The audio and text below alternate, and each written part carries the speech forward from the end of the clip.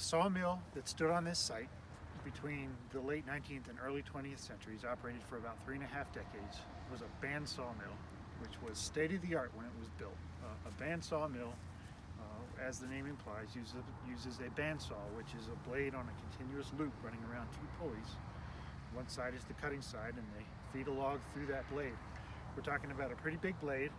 It would have been about that wide, with teeth on one side, and the loop of steel that formed the blade would have been big enough that if you had hung it from the ceiling, 2 or 3 people standing on each other's shoulders would have been able to fit inside that loop. So we're talking about a pretty big blade and pretty big pulley wheels around which it operated. That was where logs would have been cut down into very rough-sized boards. But before that, they had to come in from the woods on log trains. Log trains would dump the logs into an artificial pond on the river, and when the sawmill was ready for a given log, there was a chain on a ramp with little hooks in it, little cleats, that drew the log up the ramp and into the sawmill. The bandsaw, like I said, would cut the log into rough boards, and from there, those rough-sized boards would be dried. The lumber that was made here was hardwood lumber for a variety of purposes. Some of those uses would be rough. They were likely things like mine timbers made at a sawmill like this for holding up the roof inside coal mines.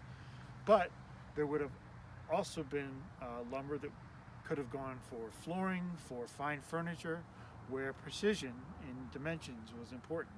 And so when a tree is cut, it's full of water. A tree trunk is basically a conduit to get water up into the leaves of the tree. And so when the tree is freshly cut, it's got water in it. And in order to, as that water leaves the wood and the wood dries out, the wood changes shape. It'll twist and it'll bend. And if you were going to make something really nice out of that wood, you wanted to make sure that happened before you finished your nice chair or table.